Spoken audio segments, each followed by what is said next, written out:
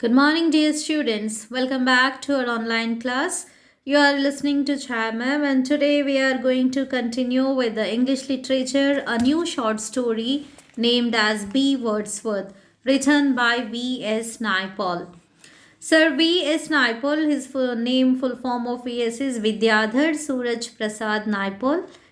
He is an Indian writer born on 17th of August 1932, and he is a Trinidadian Nobel Prize winner, British writer of Indian origin. That is, he is an Indo-Anglican writer. Okay, he is mainly known for writing short stories, novels, autobiographical chronicles of the life and travels. His earliest books were The Mystic Measure, 1957, and he has written so many books. Here we have a glimpse of that.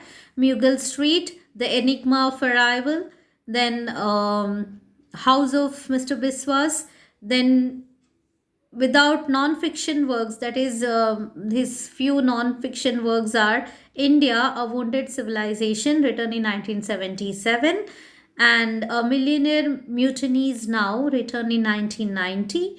Okay, Half a Life is his one of the work which actually backed a Nobel Prize for Literature. Okay, it was actually published in 2001, and it's a novel about an Indian immigrant to England and then later to Africa. Okay, and this novel has bagged the prize of Nobel Prize. And the story which we are going to actually learn today is taken from Naipaul's semi autobiographical collection of stories named as Mughal Street. Okay, so it's actually a novel that focuses on the various characters living on the Mughal Street. You know, if we walk through a street, we come across different types of people. Sometimes we come across same type of people for a number of days and all of a sudden they seem to be vanished. Sometimes we see different types of people coming from different backgrounds, different atmospheres, different way of the lifestyle. Okay, but if we observe, there will be some stories hidden behind them. And today in this story, B. Wordsworth, also we have the character. Okay, that is the story. It is narrated by a very precocious and keenly observant boy, okay, who observes the people coming and going in that particular street, and he recounts the lives of quirky inhabitants of his neighborhood in a very witty and yet in a childish innocent manner. Okay, so B. Wordsworth is a story related to that. So here is a picture I have added for you where you can see the innocence of the child, and he comes across with a stranger, and the story is all revolved between them. So today let us begin the story here. Three beggars. Now actually the speaker of this story is that child, the boy itself. Three beggars call punctually every day at the hospitable. So when you the story opens with the picturization of that Mughal street itself, okay, and he's explaining what he actually saw. So he saw three beggars. They were called punctually every day. Every day they are the visitors, okay. And at the hospitable house could be any charitable house where these people will be given food or medicine or something, okay, for them. At about 10, an Indian came in his dhoti and white jacket. So, how you identify a person in Indian? From his costume. And we poured a tin of rice into the sack he carried on his back. And at 12, an old woman smoking a pipe. So, these are the three people who come from different backgrounds. Okay. 12, an old woman smoking a pipe came and she got a cent. Cent means it's a small coin. At 2, a blind man led by a boy called for his penny. So these were the different people who actually came there, and the boy is looking at them and observing, and he is the one who is giving us all these descriptions. Sometimes we had a rogue. One day a man called and said he was hungry. Who is a rogue? Rogue actually refers to wicked natured people. Okay, so the boy says that sometimes we see on our street or some rogues come. And one day a man called and said that he was very hungry. We gave him meal. He asked for a cigarette and wouldn't go until we had lit it for him. He asked for the cigarette. We gave him the cigarette, but he did not go from there until we helped him in lighting that cigarette. That man never came again. And what that man, he didn't appear at all after that.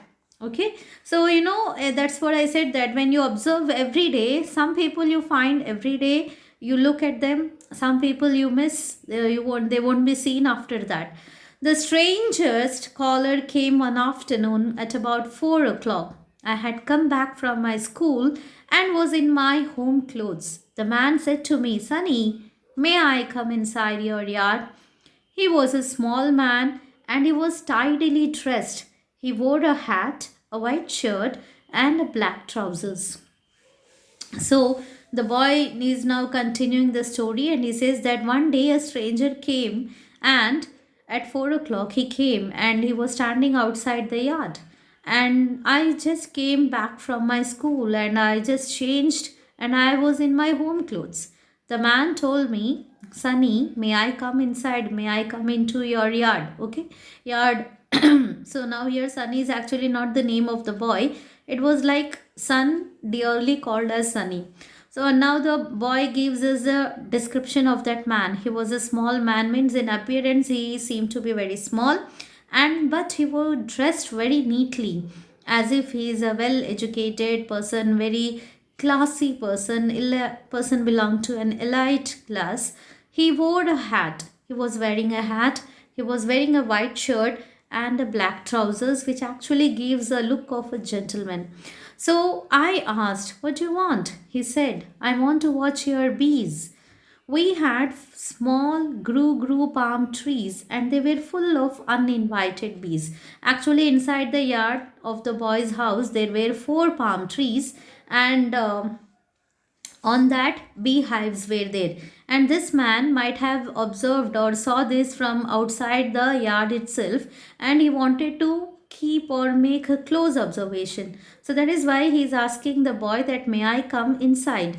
Okay, because I want to watch the bees. I ran up the steps and shouted, "Ma, it have and man outside here. He says he want to watch the bees." Now the boy can't take the decision, so he calls his mother. He climbs the steps and shouts loudly and calls his mother and asks that there is a man outside and he is telling that he want to watch the bees. And my mother came out, looked at the man and asked in an unfriendly way, "What do you want?" The man said, "I want to watch your bees." So, mothers are so vigilant when it comes to the matters of the strangers. So she gave a very, weird look at the man and asked him in an unfriendly manner, "What do you want?" The man said, "I want to watch the bees." So the man had only one intention. He was not having any, other false intention. So he said that, "No, I actually wanted to watch the beehive which is there in your palm tree." Okay.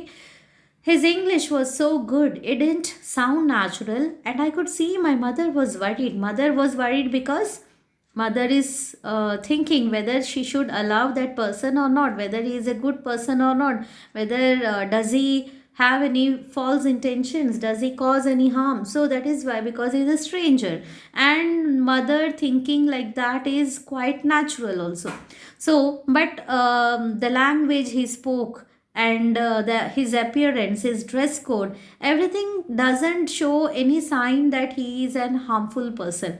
So he spoke very naturally, and he spoke in a very good English.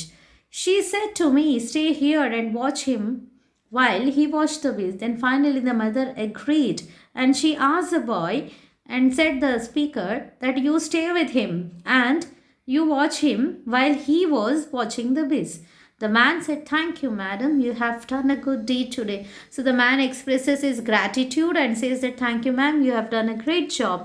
He spoke very slowly and very correctly, as though every word was costing him money. So when he said, "Thank you, ma'am, you have done a great job." So when he says this, he actually broke the words and he spoke as if, every word of his is having some weightage, costing some money. We watched the bees, the man and I, for about an hour squatting near the palm trees. Now the boy and the man both sat there, and then they were watching the bees for an hour. Then the man said, I like watching bees, Sonny. Do you like watching bees? So the stranger said that, I really like watching the bees like this. Do you like? Are you interested? I said, I don't have the time. The boy said that, where I have the time to watch all these things. I don't waste my time on all these things. I don't have the time. We watched the bees, this man and I, for about an hour. And he shook his head sadly. He said, that's what I do. I just watch. I can watch ants for days. Have you ever watched ants and scorpions and centipedes and conchries? Have you watched those? Now the man says that he is very much interested in watching all these, and he asks the boy that have you ever watched the ants?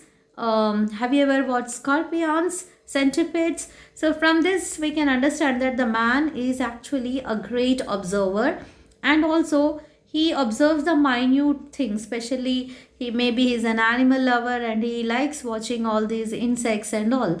So the boy shook his head. I shook my head. I said, what you does do, mister? What you does do means, what are you doing? What are you? What's your profession, occupation? He got up and said, I am a poet. I said, a good poet? He said, the greatest in the world. What's your name, mister? B. Wordsworth. B for Bill? No, B for black. Okay. So this is what the communication continued with the man and the boy finally said that, who are you? What are you doing? And the man replied that I am a poet. Then the boy said, the man said that I am a poet, I am a good poet, and I am the greatest poet in the world. Now the boy asked, what's your name, mister? Then the man says, my name is B. Wordsworth. Now Wordsworth is already the name of a great poet, isn't it? So but he adds B in front of that. So B, the boy wants a clarification for the B and he asks B for Bill. So no, B for black. Okay. So we'll be continuing this story in the coming video. So keep reading along with your textbook. So here are the few words and their meanings given at the end where it will be more easy for you to understand. So have a wonderful time. Take care of yourselves. Goodbye.